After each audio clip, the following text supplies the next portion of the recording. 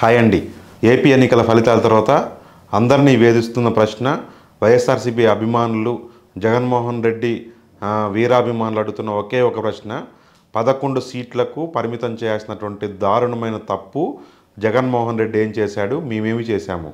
అంటే జగన్మోహన్ రెడ్డి నేను మంచి చేస్తేనే ఓటు వేయమన్నారు కదా, అంటే నిజంగా మంచి చేయలేదా? అంటే నా ప్రభుత్వం మంచి చేస్తేనే ఓటేయమన్నారు, మరి మంచి జరిగిందని చెప్పి ప్రజలు భావించలేదా? ఎంత దారుణమైన ఓటమంటే పవన్ కళ్యాణ్ ఒక్క సీటు గెలిచిన తర్వాత వైఎస్ఆర్సీపీలోకి వెళ్ళిపోయాడు. అంటే ఒక రకంగా జీరోతో స్టార్ట్ అయిన పవన్ కళ్యాణ్ 21 సీట్లు కొడితే, నిన్న మొన్నటి దాకా ఉండి లేనట్టుగా నోటాకు దగ్గరగా ఉండే బీజేపీ కూడా 8 సీట్లు వస్తే, దానికంటే ప్లస్ 3 సీట్లతోటి వైఎస్ఆర్సీపీ పరిమితం అయిపోయింది 11 సీట్లు. అది కూడా ప్రతిపక్ష హోదా కూడా దక్కకుండా. అంటే తెలుగుదేశం అత్యంత ఘన విజయం సాధిస్తే ఇంత దారుణమైన ఓటమి జగన్మోహన్ రెడ్డికి ఎందుకు వచ్చింది అనేది ఇప్పుడు ఇక్కడ చాలామంది మెదడులోనే తలుస్తున్న ప్రశ్న. కానీ ఇదే ప్రశ్న మనం 2019లో చూస్తే చంద్రబాబు నాయుడు కూడా అడిగారు. ఏమని? నేను నిజంగా ఆంధ్రప్రదేశ్ రాష్ట్రానికి అంత దారుణంగా నేను పరిపాలించానా, అంత ఘోరమైన తప్పులు చేశానా, 23 సీట్లకే నన్ను పరిమితం చేస్తారా అని చెప్పేసి అడిగారు. ఆయన కూడా అప్పట్లో అది అంటే పోలవరం కావచ్చు, లేకపోతే అమరావతి కావచ్చు, అవి గ్రాఫిక్సే కావచ్చు, ఆయనకున్న మేరకు ఎంతో కొంత ప్రోగ్రెస్ అయితే చూపించారు. రాష్ట్రానికి ఒక రాజధాని కడతానన్న దాంట్లో కూడా కొంతలో కొంత అయినా సరే చేసే ప్రయత్నం చేశారు. అట్లాంటి పరిస్థితుల్లో కూడా అంటే సంక్షేమ కార్యక్రమాలు కూడా పసుపు కుంకుమ అయితేమి, లేకపోతే పెన్షన్లు అయితేమి, లేకపోతే ఇంకొన్ని సంక్షేమ కార్యక్రమాలు అయితేమి, అంటే చంద్రన్న కానుకల పేరుతోటి, లేకపోతేనేమో మతాల వారీగా రంజాన్ తోఫా, లేకపోతే క్రిస్మస్ కానుక, ఇట్లా కొన్ని అంటే అప్పటికవే మంచి పథకాలు అనమాట. జగన్మోహన్ రెడ్డి నవరత్నాల కంటే ముందు ఆయన కూడా ఇదే ప్రశ్న అడిగాడు. రాష్ట్ర ఖజానాకు ఉన్న పరిమితులకు లోబడి నేను చేశాను కదా, అయితే ఓడించినా ఇంత దారుణంగా ఓడిస్తారా? ఇది ఇప్పుడు జగన్మోహన్ రెడ్డి అడిగిన ప్రశ్న కూడా అదే. కానీ ఖచ్చితంగా ఓటర్ అనేవాడు విచిత్రంగానే ప్రవర్తిస్తున్నాడు. నువ్వు ఏం చేసావు అనే దానికంటే కూడా తను ఏం కోల్పోయాడు అనే అంశాలే వాళ్ళ అంటే ప్రధాన ఎజెండాగా తీసుకుంటున్నారు. ఆ క్రమంలో చేసేటటువంటి ప్రవర్తన చాలా విచిత్రంగా, చాలా దారుణంగా, చాలా క్రూరంగా కూడా ఉంటా ఉంది. అందుకే చాలా ఘోరమైన విజయం అనేది, పరాభవం అనేది వైసీపీకి గొప్ప విజయం, ఊహించలేనంత గొప్ప విజయం అనేది తెలుగుదేశానికి లభించింది.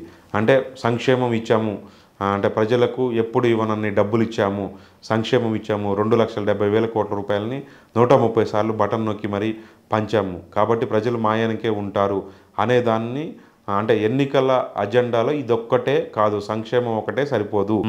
బాగలేని రోడ్లు, లేకపోతే మద్యంలో అంటే వాళ్లకు నచ్చని, అంటే అది కల్తీ కావచ్చు, లేకుంటే ఎక్కువ రేట్లకు అమ్ముతున్నారని కావచ్చు, లేదంటే ఇసుక రూపేణ వాళ్ళకి జరిగిన నష్టం కావచ్చు, లేకపోతే కరెంటు బిల్లులు పెరగటం కావచ్చు, అనేక అంశాలు ప్రజల్ని ప్రభావితం చేశాయి. ఇక జగన్మోహన్ రెడ్డి ఎమోషనల్గా ప్రజలకు దూరం అయ్యారు. జగన్మోహన్ రెడ్డి ప్రజలను కలిసింది లేదు. ఈ క్రమంలో కూడా అంటే ప్రజలకు దూరం కావడం అనేది కూడా ప్రజలకు ఎమోషనల్గా దూరం చేసింది. అంటే ఇక్కడ ఒక విషయం చెప్పుకోవాలి.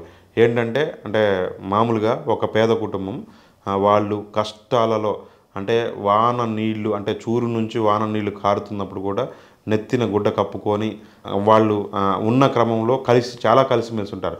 కానీ ఆ తర్వాత ఆర్థికంగా బలపడిన తర్వాత టీవీ కొనుక్కుంటారు, ఫ్రిడ్జ్ కొనుక్కుంటారు, ఏసీ కొనుక్కుంటారు, ఆర్థికంగా లోటు ఉండదు.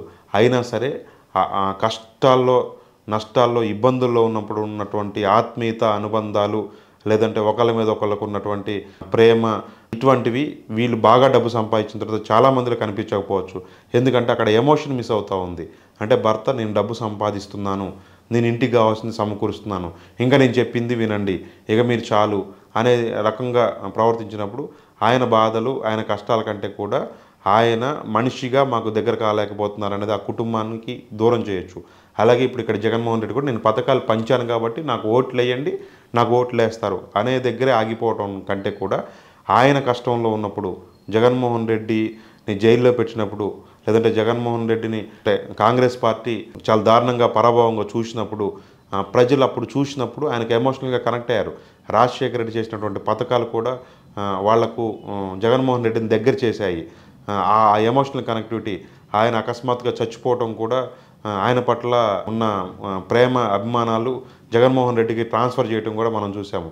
ఇన్ని అంశాలలో ఎమోషనల్ కనెక్టివిటీ 2019 ఎన్నికలలో జగన్మోహన్ రెడ్డి మీద ఉన్న ప్రజలకున్న ఎమోషను ఈసారి ఎన్నికల్లో 2024లో మిస్ అయింది. అది మిస్ కావటం అనేది ఖచ్చితంగా జగన్మోహన్ రెడ్డికి జనాల్ని దూరం చేయటం వల్లనే అని చెప్పుకోవచ్చు.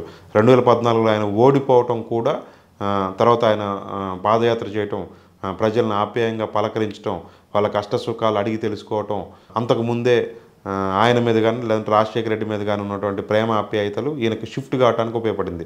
అదే ఇప్పుడు జగన్మోహన్ రెడ్డి నేను బటన్ నొక్కాను, డబ్బులు ఇచ్చాను, పెద్ద మొత్తంలో పంచాను, ఎవ్వరు ఇవ్వనంత పంచాను, నా ఎస్సీలు, నా బీసీలు, నా మైనార్టీలు అని చెప్పేసి వీకర్ సెక్షన్ ప్రస్తుతిస్తూ ఉంటే దాన్ని తట్టుకోలేని అగ్ర కులాలు, అగ్రవర్ణాలు ఒక రకంగా దూరమైతే ఆయన కాపుగా వేసినటువంటి, ఆయనని నిలబెట్టుకోవాల్సినటువంటి రెడ్లు కానీ, ఆధిపత్య వర్గాలు కానీ, లేకపోతే గ్రామాలలో బలమైన క్యాడర్గా ఉన్నటువంటి అగ్ర కులాల వాళ్ళు ఒక రకంగా వీళ్ళని వెనకేసుకొని రావటం, వీళ్ళకి డబ్బులు ఇవ్వటం నచ్చక వాళ్ళు దూరం అయితే, వీళ్ళు మరి మాకు ఇంత పంచాడు కదా, వాళ్ళ సొంత వర్గాలను కూడా దూరం చేసుకొని మాకు పెట్టాడు కదా అని గుర్తించడంలో వీళ్ళు దూరం కావటం అయితేమి, మొత్తానికి జగన్మోహన్ రెడ్డి దారుణమైన పరాభవానికి గురయ్యారు.